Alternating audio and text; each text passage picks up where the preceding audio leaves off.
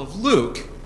What's wrong with the Gospel of Luke? There's nothing wrong with the Gospel of Luke. It's okay, but we risk missing the few lines that you just read in Matthew. And sometimes we forget about that. And, well, we also miss the extraordinary birth. But this is Joseph's story that you talked about. And I just want to talk a little bit about that. Sure. So, sorry, guys. Here we go. So, we talk about Joseph's story and into the cacophony of angels and the shepherds, mangers, and the busy towns, and with our pageants and the donkeys and the shepherds and the tinsel and innkeepers at the door saying, no, there is no room. Into the nativity set on the mantle barges Matthew's account. It's of a tough decision that had to be made in tough times. Now, I know how awkward this is. Yeah, it's awkward, right? It's awkward because we'd rather not have to debate about virgin's birth. Or not. And how it came to be that Mary was with child before her betrothed was consummated, or whether that even matters. It's uncomfortable because it seems that men always get to decide, and there was a moment when all that could have been lost. A woman was shamed and left penniless by divorce, or even perhaps stoned for death. And Joseph decides that the right thing is shame over death. Now, that was before the angel. We heard it. Yes, I know the other story has a host of them, but Joseph got one.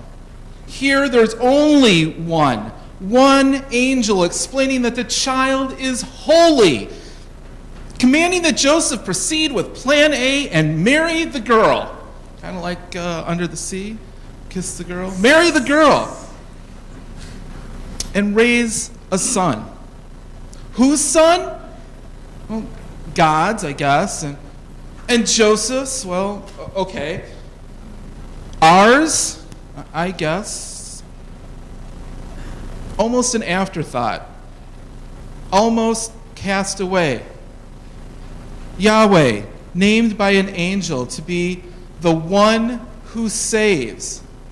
The presence of God among us, Emmanuel.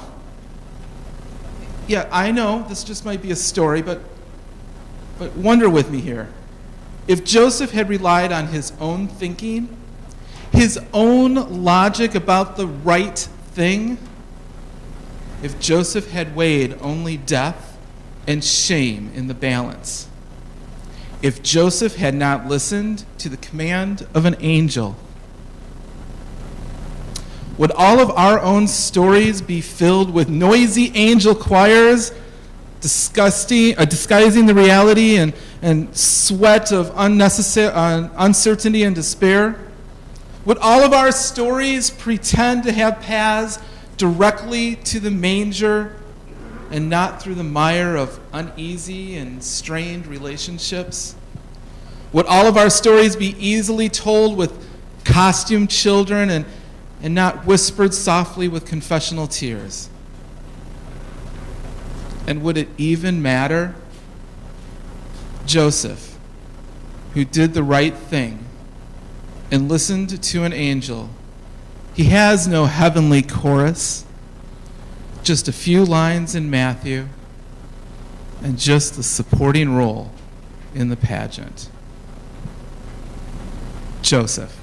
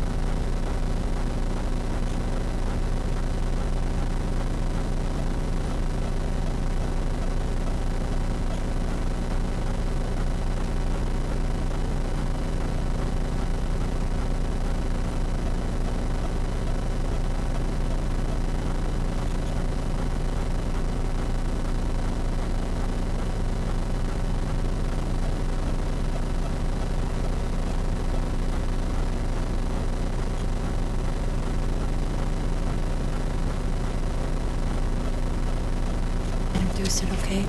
So as we move into our choir cantata, we are grateful that all of you are here this morning, and I just want to let you know that during the Midnight Noel, later on as that's ending, we will be invited to sing along the first Noel. And so, choir, we appreciate so much your music, and we look forward to this.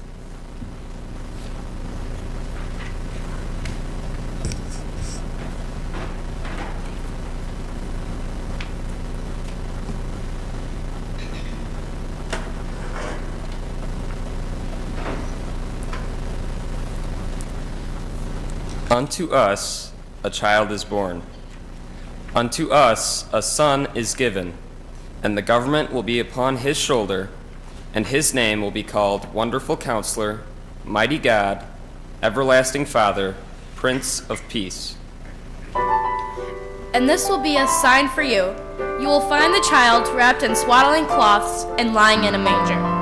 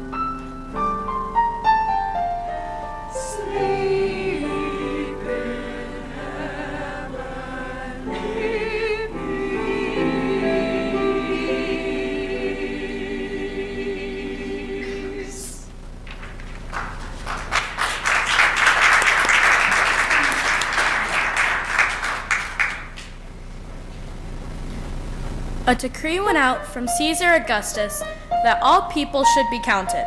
This was the first census, and it was taken while Quirinius was governor of Syria. So all people traveled to the towns of their births to be counted.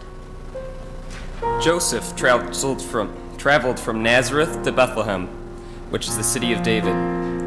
He went with Mary, to whom he was engaged, and who was expecting her first child.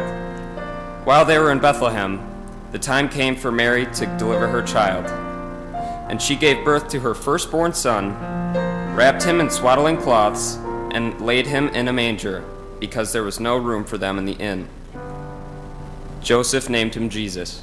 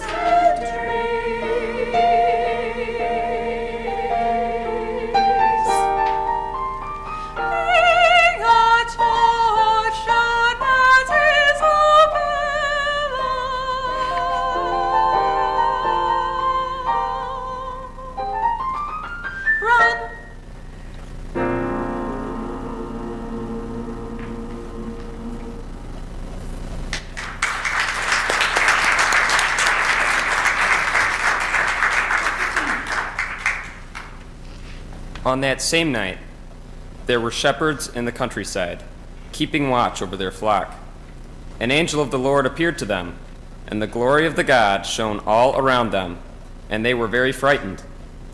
The angel said, "Do not be afraid, for behold, I bring you good news of great joy for all people. Unto you is born this day in the city of David a Savior, who is Christ the Lord." The shepherds said, "Let us go to Bethlehem to see this thing that the Lord has made known to us."